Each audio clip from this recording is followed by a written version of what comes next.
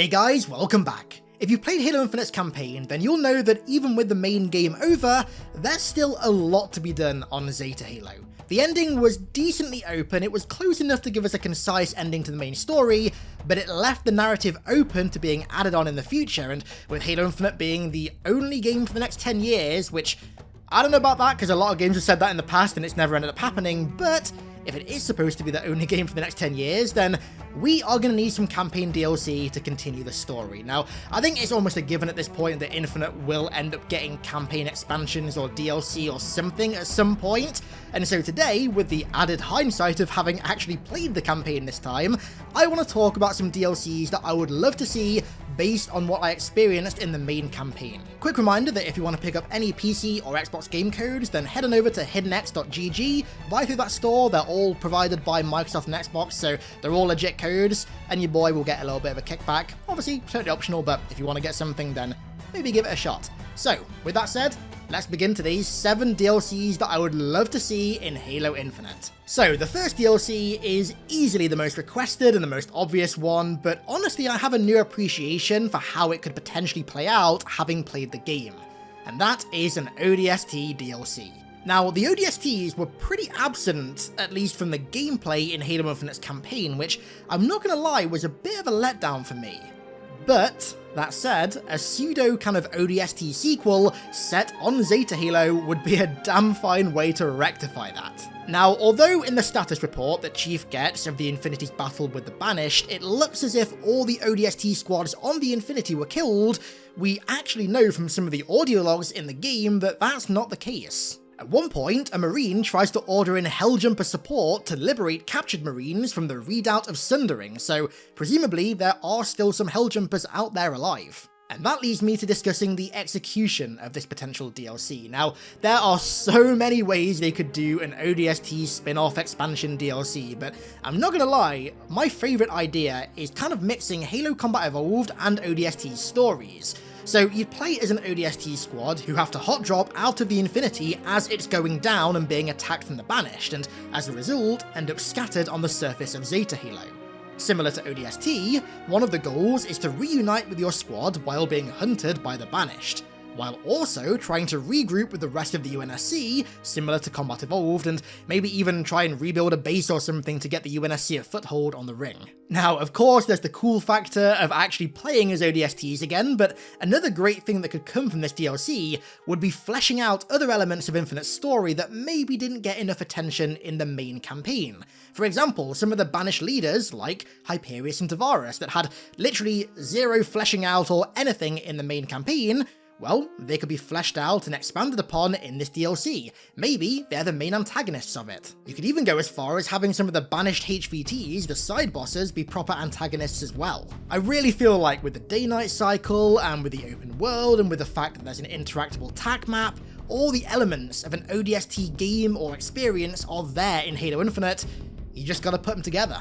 Now, I've mentioned this in just about every campaign video that I've made so far, but I really feel like a campaign DLC like this would be the perfect opportunity to finally take a stab at designing proper stealth mechanics in a Halo game. I'm talking suppressed weapons, actual sneaking mechanics, combining visor with the darkness of night to pick out enemies from a distance, combining all of these elements to sneak into Banished bases, perhaps even notable ones like the tower that at the time of this DLC would be under construction, would just be so damn fun and would be the perfect follow-on from the unique, yet not particularly fleshed out gameplay loop that ODST fans love. And hell, we know that Sadie and Virgil are, or I guess were, on the UNSC Infinity, so hell, they could even have them play a part in the DLC as well to really get the ODST vibes going. But to be honest, I don't really care how they do it. I just want to play as ODSTs again, man. It's been so long and I really miss it. So the next DLC centers around one of the most requested returning features, playable elites. Now, don't get me wrong, there are tons of ways to reintroduce playable elites. I mean, I always like the idea of a massive DLC where the Arbiter and Artas and the Swords of Sanghelios arrive at Zeta Halo with a Shadow of Intent to reinforce the UNSC, but after playing Infinite, I think there could be another great way to do it that maybe wouldn't be as resource intensive as adding an entirely new faction to the game, and that would be a playable Jega Rdomnai DLC. In the early stages of Infinite's campaign, we encounter a number of dead Spartans, Bonita Stone and Vedrana Makovic in particular, all of whom were slayed by Jega Rdomnai as they tried to strike back against the Banished following the destruction of the UNSC Infinity. And it's in this era of Zeta Halo's timeline that I'd like this DLC to be set. The UNSC Infinity has been defeated, and Jega has been ordered by Escharum to hunt down the few Spartans that survived on the ring. One of the main highlights of Infinite's campaign to me was the peek behind the enemy's curtain that we got during the Banished cutscenes, and one of the most beloved parts of the Halo franchise as a whole, in fact, was the Arbiter sections in Halo 2 that were basically playing behind the curtain.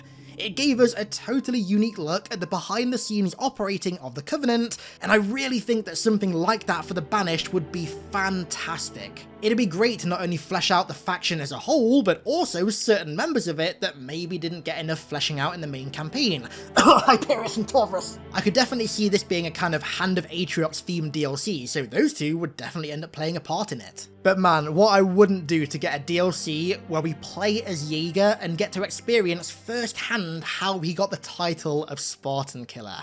I'd love it if they really honed in on his abilities as a Blade Master, along with his also very unique array of weaponry to really differentiate the gameplay from that of Master Chief's.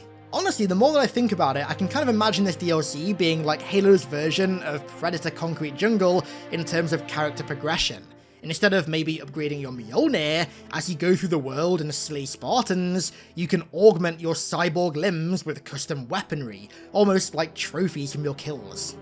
Overall, Jega was such a damn cool character, and I honestly think it'd be such a massive waste if his only presence in Infinite was during the main campaign. A DLC where you actually play as him as the DLC that also reintroduces playable elites would be nothing short of like galaxy-ending hype. Please, 343. Next up, we have a DLC that would focus on one of the most unique Banished leaders that we encountered in Halo Wars 2, Colony, the Hunter Leaders. Now, these were some of the coolest alien additions that I've ever seen in Halo. I loved them so much, and honestly, I was a little bit disappointed to see them absent from Infinite. I was also disappointed to not see the Goliaths either, those massive hunter forms from Halo Wars 2. But honestly, one of the most disappointing things was the lack of the ultimate hunter, the Scarab. I can't believe the Scarab wasn't there.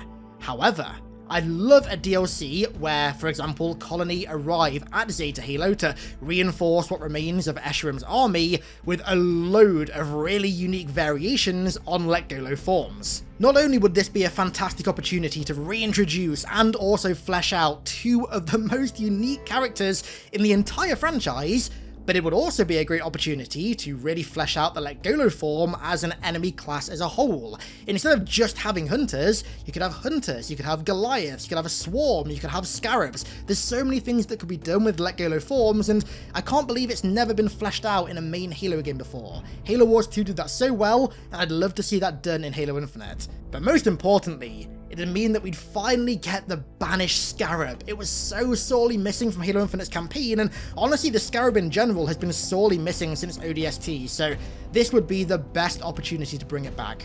Don't get me wrong, this DLC is a little bit of a pipe dream, probably very unlikely to happen, but the mere fact that Colony were referenced in one of the HVT descriptions gives me just like a small tiny bit of hope that maybe at some point they'll make their way into the game. Now, there's one group of characters that were notably absent from Halo Infinite's campaign that I would love to see a DLC centered around. Chief's family, Blue Team. Now, don't get me wrong, it's no surprise that Blue Team weren't in Halo Infinite's main campaign, given how poorly Halo 5's campaign was received, but I don't want the fact that their first game was one as bad as Halo 5 to mean that they're never going to be in a game again. And so, I'd love to see a DLC where Chief reunites with Blue Team, or hell, maybe a DLC where we play as either Fred, Kelly, or Linda as Blue Team as a trio without Chief. Now, as for their whereabouts during the events of Zeta Halo, we don't know for sure. All we know is that prior to the Banished arriving on Zeta Halo, Chief was split off from Blue Team to go and deploy the weapon on Zeta Halo to trap Cortana, and then Lasky took advantage of Blue Team's availability and deployed them to assist elsewhere. Now, we don't know where this elsewhere is, but the fact is that they came to Zeta Halo aboard the Infinity, so theoretically they are in the area. Now, if Chief were to reunite with them, I could see this being a pretty major DLC as opposed to kind of a smaller side one, but honestly, regardless of how a Blue Team DLC happens, I just hope that it does happen because I really want to see Blue Team given another chance in the games. It was such a damn shame to see people generalize their dislike of Halo 5 over to Blue Team just because it was their first appearance in a game. I mean, anyone who's ever read a Halo book knows how cool Fred, Kelly and Linda are, especially when they operate with Chief as a full unit, as a family, as Blue Team. I mean, I just hope that they're given a second chance in the games, regardless of how that chance takes form, honestly, because these characters absolutely deserve it, and I really think a DLC will be the perfect opportunity for that. And speaking of second chances, the next DLC that I would really like to see is a Spartan Locke DLC. Now, hold your horses, hear me out. Locke is such a weird character. The genesis and the foundations of his character are so damn cool. I mean, an Oni agent who once tried to assassinate the Arbiter and then was tasked with hunting down Chief. I mean, dude, that's so cool. But the issue is, he was executed so poorly in Halo 5 that it made a character who should have been so cool and so interesting just seem dull and boring. But regardless of Halo 5, I really want to see 343 give Locke another shot. Like Blue Team, we know that Locke went to Zeta Halo on the Infinity. At one point, he was even considered to be a candidate to take the weapon down to Zeta Halo instead of Chief if Chief didn't feel up to it, but obviously he did. He was then sent on Operation Breaker Trip, which, given its name, could be something to do with maybe distracting Cortana so she didn't notice the weapon being inserted into the Halo systems ready to trap her. I don't know, we don't know what the operation is yet, but that's my guess based on the name. But then, at some point after that, he ran into Hyperius, who defeated him, took his Gen 2 Hunter helmet and chestplate to wear as trophies, and then what happened to him after is unknown. Now, I can guarantee you that there is an almost 0% chance that Hyperius actually killed Locke. I mean, 343 know not to kill off main characters off screen anymore after Rookie and the Didact and some other examples as well. They know not to do that anymore, which means that Locke should be alive, which then means that he should be open for a character redemption story. Now, this is something that I already wanted, but after seeing this absolutely incredible art by Garrett Post the other day, it just made me want it even more. Punish Locke. Battered, beaten, broken, and discarded after his crushing defeat at the hand of Hyperius, has to now survive behind enemy lines, scavenging whatever supplies he can with his broken Mjolnir, all while gathering intel on banished high-value targets for the UNSC. I love this design of Locke so damn much, and the idea of playing as him in bare-bones Mjolnir as he tries to get back to safety is such a cool idea. This again would be another great way to introduce stealth mechanics as well. I mean, Locke's clearly not in a position to engage the enemy with his current gear, so avoiding enemy patrols and or fighting from a distance would almost be necessary in this circumstance, even for somebody of Locke's combat capabilities. And as well, this would be a great opportunity to explain how the UNSC had target dossiers on banished HVTs.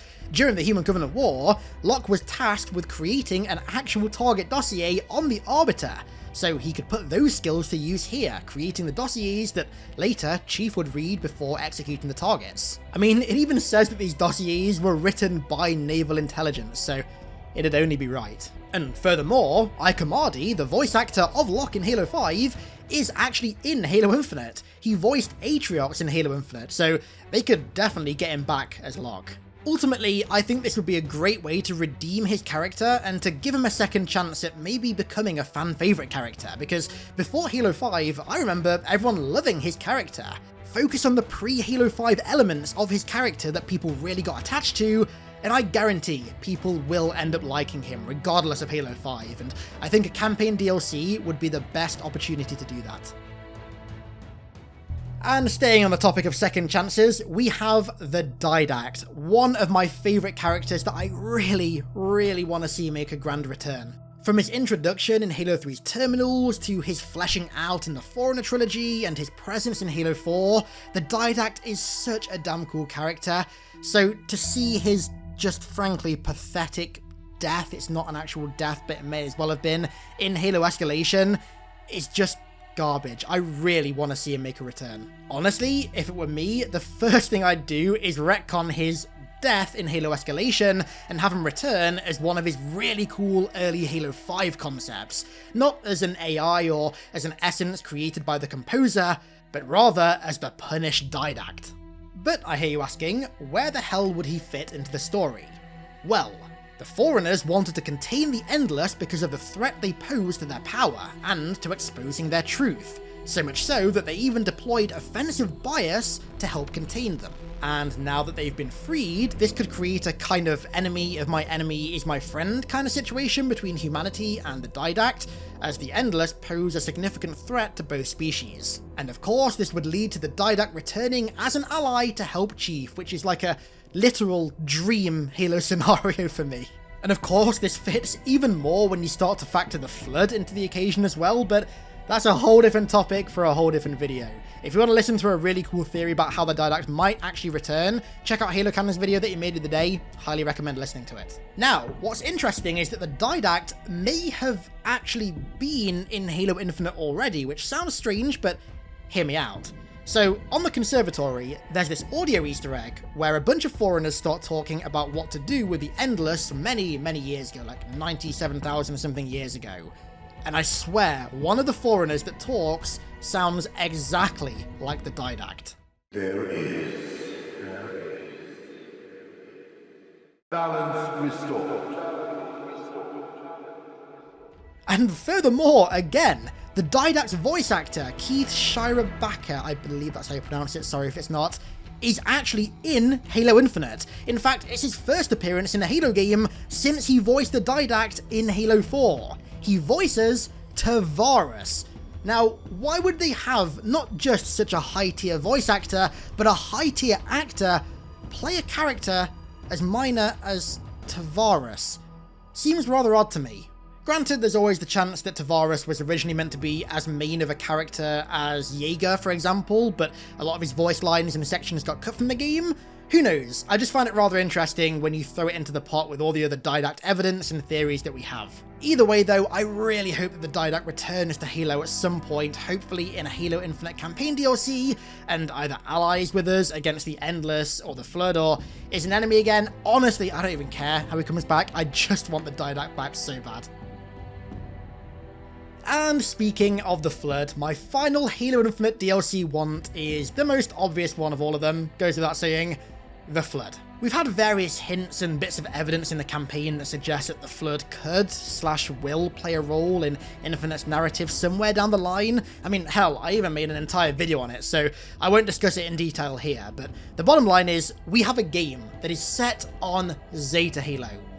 It's just almost criminal to have that and not have the Flood play a role at some point in some capacity. That said though, I really do hope if/when they return, it's more of like a Halo 2-like appearance and less of like an Awakening the Nightmare-like appearance. So as much as I enjoyed Awakening the Nightmare, I didn't really like how it closed the book on the Flood outbreak so fast. The outbreak wasn't even really a major event, and I want the Flood's grand return to be massive, to be a pivotal event in the overall narrative of the entire franchise, not just a small thing that gets brushed under the rug in like 3 levels. I just really want the Flood to become a primary threat in the Halo universe again. A threat so severe that it forces enemies to become allies in order to ensure their mutual survival. And I mean, there are just so many ways that it could be done. The Endless could weaponize them, Silexes containing the 10 inactive proto-grave mines could have maybe fallen into disrepair thanks to the damaged areas of Zeta Halo losing power, freeing them and allowing them to spread like Delta Halo style. The same could happen to Flood containment facilities on the ring. There are so many ways for it to be done. I just hope that it is done at some point. I feel like the Flood are like the #1 requested thing to return to Halo, and I will be blown away if it never happens, but please, just make it happen sooner rather than later, please. And so, with that said, those are 7 Infinite campaign DLCs that I would love to see with now the added hindsight of having actually played the campaign and knowing what's present, what isn't present, and how the game ends. Let me hear down below in the comments if there's anything that you would like to see in a DLC, any faction or any enemy or character. There's so many that I haven't mentioned here. I could literally talk about this for hours, days on end, but of course, I can't do that. I gotta round the video out somewhere, and that somewhere is here. Oh, what a segue. Beautiful. I want to give a massive thank you to all of my amazing patrons for the continued support over there. As per usual, thank you all so much, and thank you all so much for watching. I really do appreciate it, and I'll catch you all in the next one.